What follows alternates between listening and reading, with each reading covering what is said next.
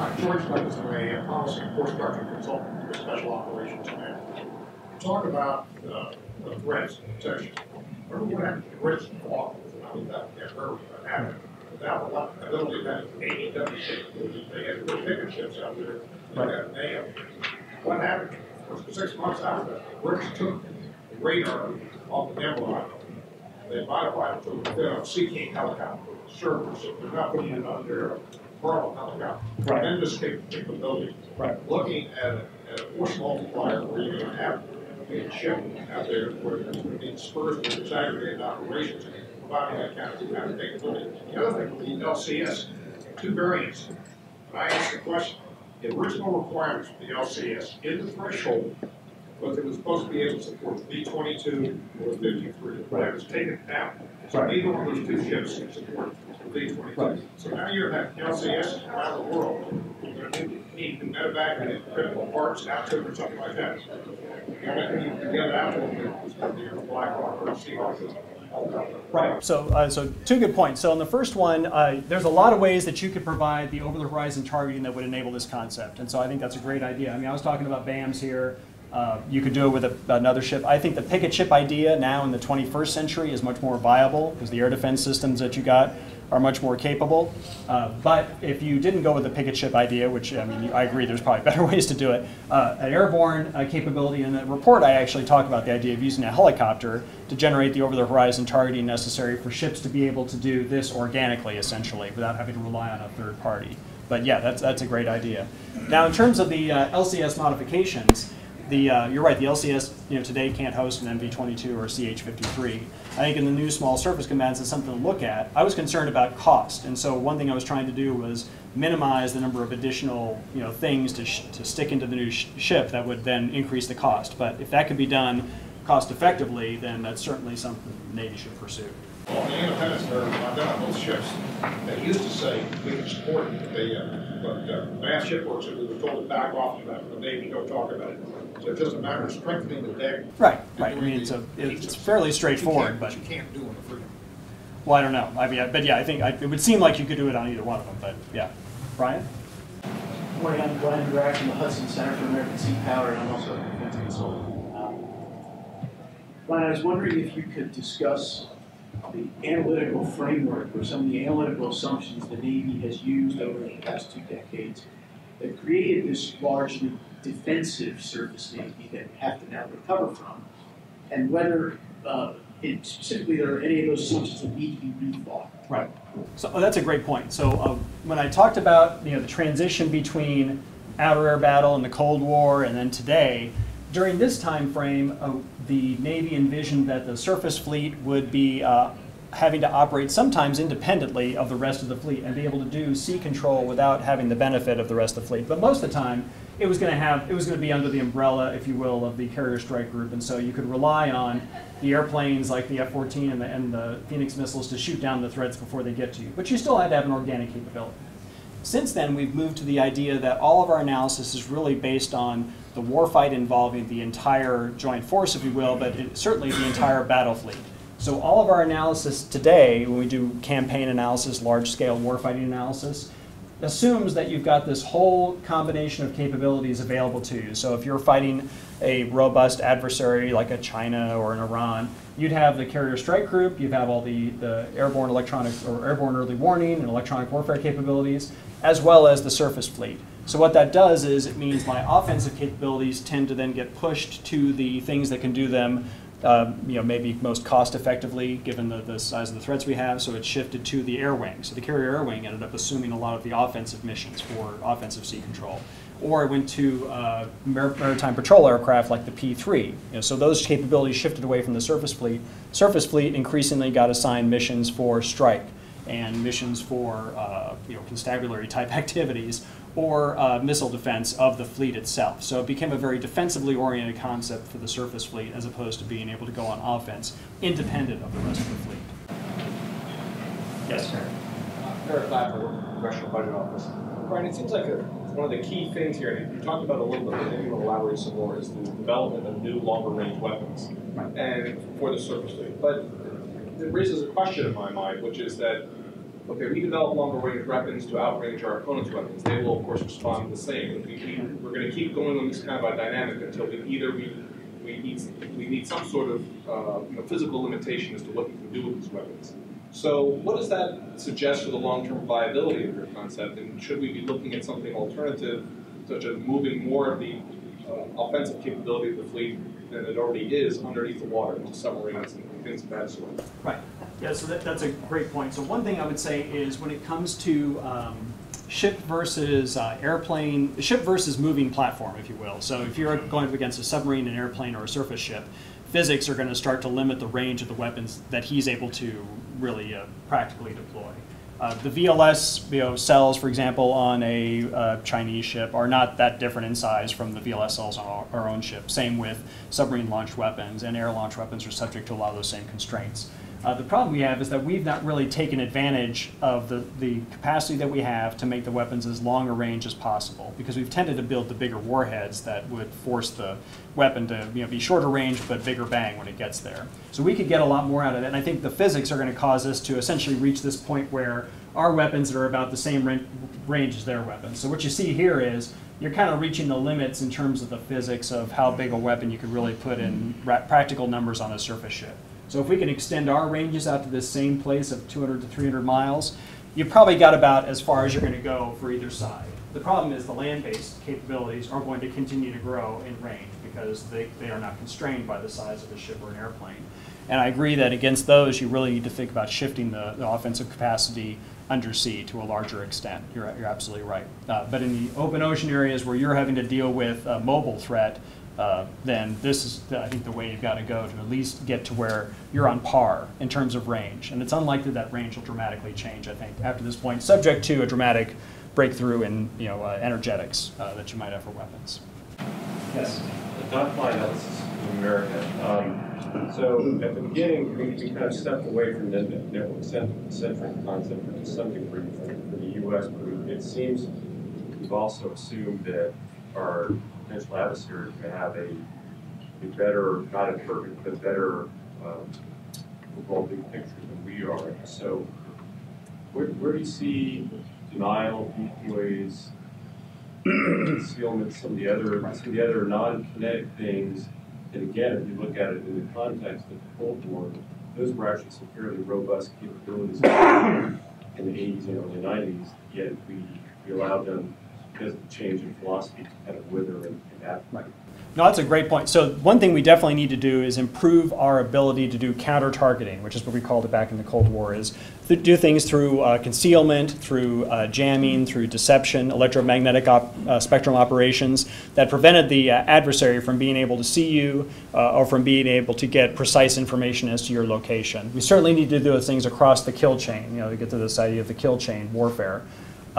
I thought it was important, though, that I talk a little bit about that in the report, but the idea I thought mostly was you can't rely on that because you never know if it's going to work. So I can't build a concept around the idea that those capabilities are going to be successful. I use them, and then if they're successful, that's great. It might allow me more survivability or allow me to extend the length of time I can operate in that environment. But I still have to have the ability to defend myself and then take the fight to the enemy in the absence of those capabilities. It's certainly something we got to do outside of the surface fleet. One other thing which I didn't talk about very much is the idea that why the surface fleet would be the thing that I could focus on. In the Cold War time frame, the Navy had the luxury of being an ancillary sort of front to what was happening in the Central Front. So we envisioned a war with the Soviet Union. The Navy would be in the Mediterranean and up in the North Atlantic, taking the fight to the Soviet Union to create an ancillary front to dilute the Soviet effort over a wide area. But we weren't the main effort. So we could take our power projection capabilities and devote them to sea control because they were available to do that.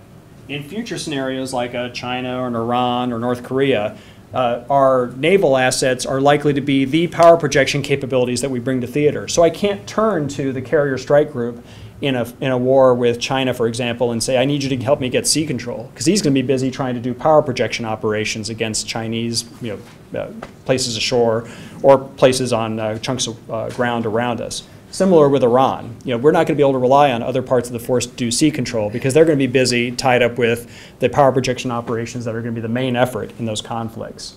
So again, that gets to the idea of why the surface fleet needs these organic capabilities. So, other questions? Yes? Hey Brian, my name's Brett Sonner. I'm a Royal Australian Naval Surface Warfare Officer currently as a visiting fellow down at the National Defence University here in DC. One of the things I didn't see that you spoke about is probably the three basic parameters of any ship, which is range, endurance, and sea keeping ability. Right. And I know you talk about the LCS and the fact that you went to the builders and they said, yeah, we can fit in some of those offensive weapons that you talk about that we need to do. Right. But I would argue that one of the limitations with the LCS is its three parameters that I discussed, but also over its life, and we've got to remember that naval ships last quite a long time, there would be limited scope for expansion. Right. Now, to me, I understand that you're looking at how to do this in a short time frame. You already have that platform, which is the Arleigh Burke platform, as opposed to the smaller LCS. So did you look at maybe taking that platform, not in its Arleigh Burke configuration as we see it now, but using the hull and then scaling down from there? Because the hull obviously gives you that flexibility, it gives you that range, it gives you seakeeping, and maybe not having the weapon systems that you see on the common Arleigh Burke or the flight crews that you would.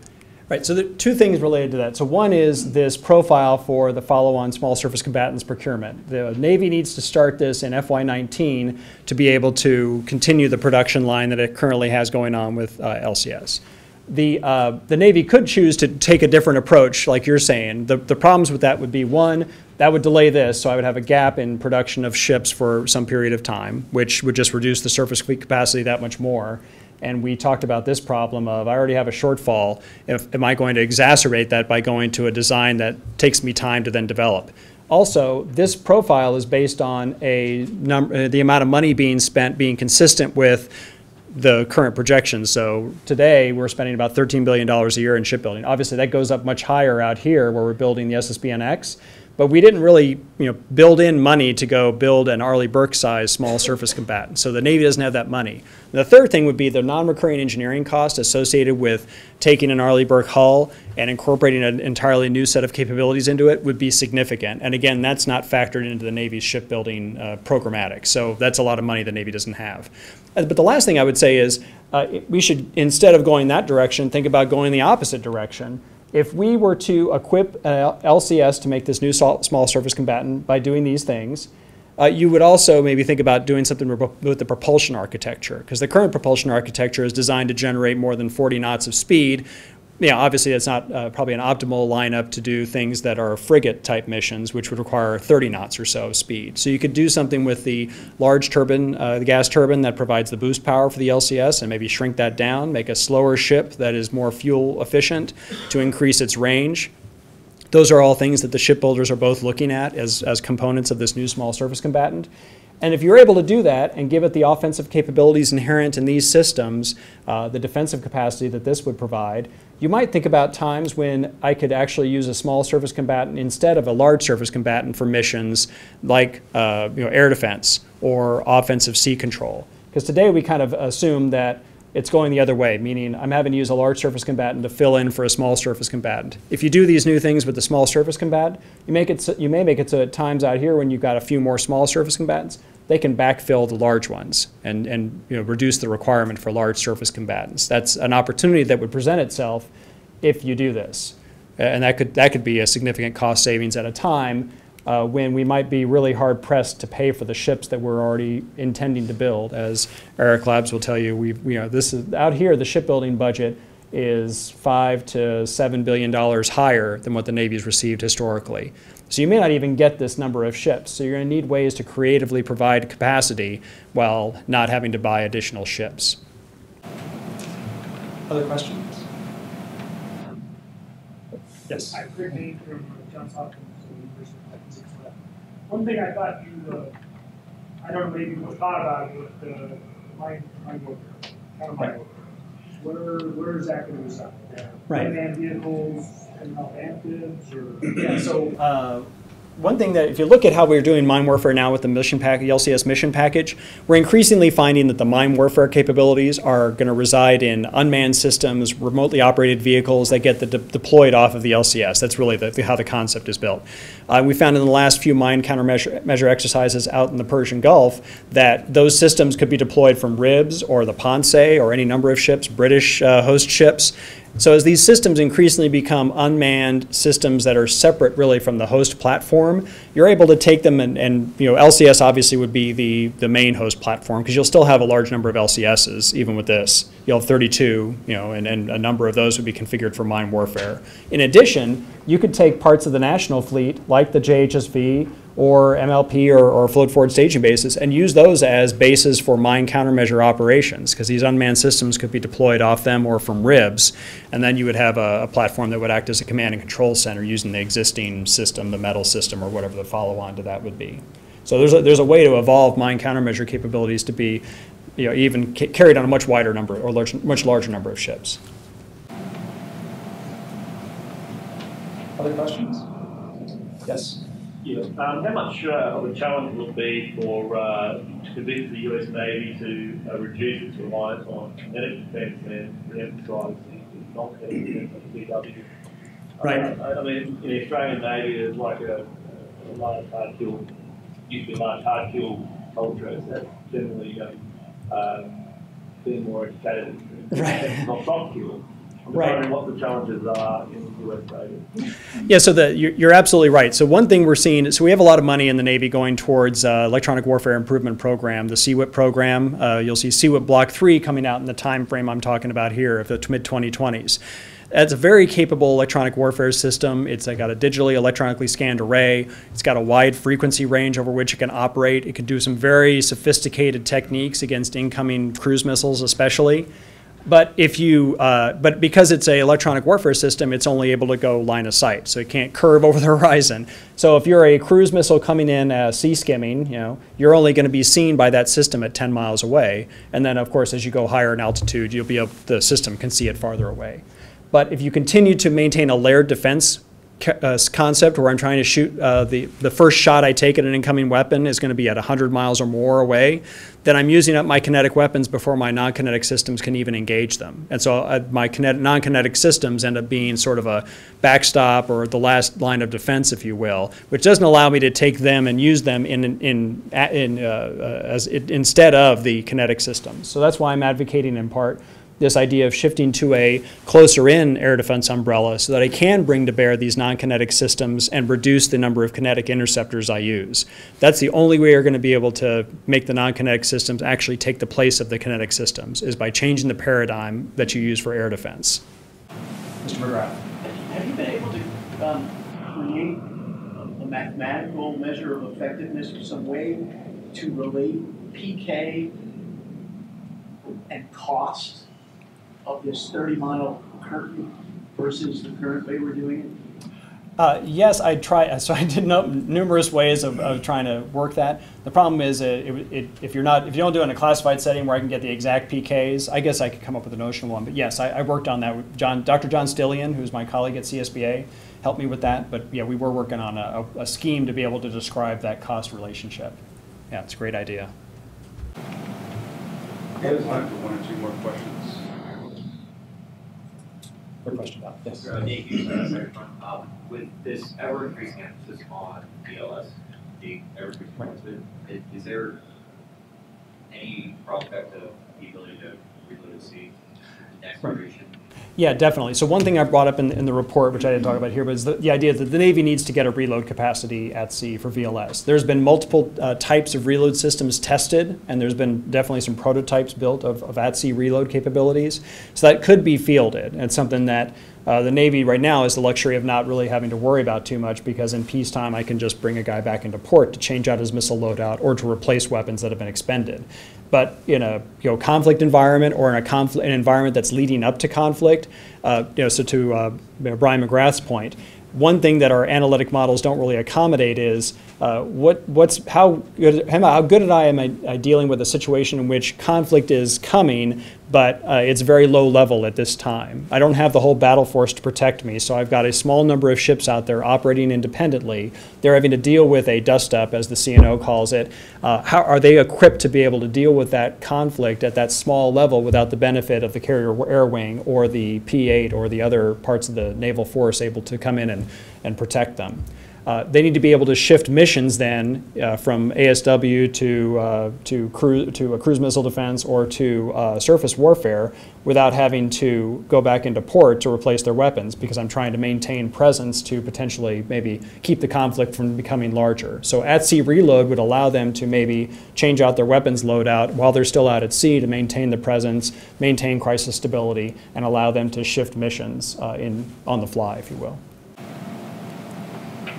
Yes. Is there any thought in the conception for offensive mine warfare? What should be conducted? How would it? Yeah, so I didn't talk that much about offensive mine warfare, only because I was trying to think about ways that the fleet would defend against threats that were kind of incipient against it. But offensive mine warfare, the types of platforms we want to use would have to be those that were able to go into an area that's probably well underneath an adversary's anti-access umbrella, and do so safely or with minimal risk. So clandestine mine operations would be one option, using like National Fleet or other assets to go and deploy mines, or submarines. And again, that gets to your point that if you're going to do power projection against something ashore, or a mine warfare campaign against something that's essentially based ashore and trying to get out, the best way to do that might be with an undersea type capability, as opposed to trying to do that from the surface fleet. Yes. Bob Wells from OpNav, N96. Very exceptional presentation. Could you Thanks, put the slide back up that shows BAMs and the sea control area? Yeah. Let's, also a veteran of the Cold War, 2 ship commands. And, really like the whole concept of outer air battle and focus on sea control. Looking at C4ISR, how do you see this study actually influencing the information dominance paradigm? You can increase lethality if you have better situational awareness, so that we're a fleet. Right. We've got BAMs up here right now, but the other slide had the C4ISR, the Maritime Headquarters, right. MHQ MOC right. concept. You know more about where things are. Right. How do you see this study influencing the information dominant C4ISR culture, so that they do a better job for surface work? Right. So what this does is emphasize the importance of over-the-horizon targeting. If you're going to take the fight to the enemy and he's likely to be over the horizon, you're not able to see him, you've got to have somebody able to put eyes on him and pass that information back to you. So it's critically important. Capabilities like BAMs will help do that without having to depend on a strike group having a E2 up in the air to be able to provide that to you. If you are in that situation, you could use NIFCA, the Navy Integrated Fire Control Counter-Air System, to provide that targeting. But what I would hope it does is influence driving the importance of real-time over-the-horizon targeting as opposed to high latency intelligence gathering, so capabilities that provide me situational awareness, but it's all been processed and digested and turned into some product that I then get later is not very useful to me. But what I do need is real-time targeting information on contacts that are likely to threaten me from over the horizon. And so NIFCA is one thing that would definitely do that. We need to get practiced out of that. We need to think about expanding Navy Integrated Fire Control into other constructs. So instead of it being dependent on E2 Delta and CEC and the carrier air wing and the strike group altogether, maybe have NIFCA also be something that I can operate with BAMs, or that I could operate with other airborne platforms as well. So CEC could be put on a BAMs, just as it's put onto the E2 Delta. And you could then give these ships the ability to share real-time raw target information with this airplane and be able to fire on that. That would be the kind of thing that this study would drive us toward, an emphasis on real-time targeting information as opposed to high latency intelligence information. Other questions? Just about out of time. Okay, great. On behalf of our audience, thank you, Ryan, for a very informative. Thank you, Andrew. Thank you.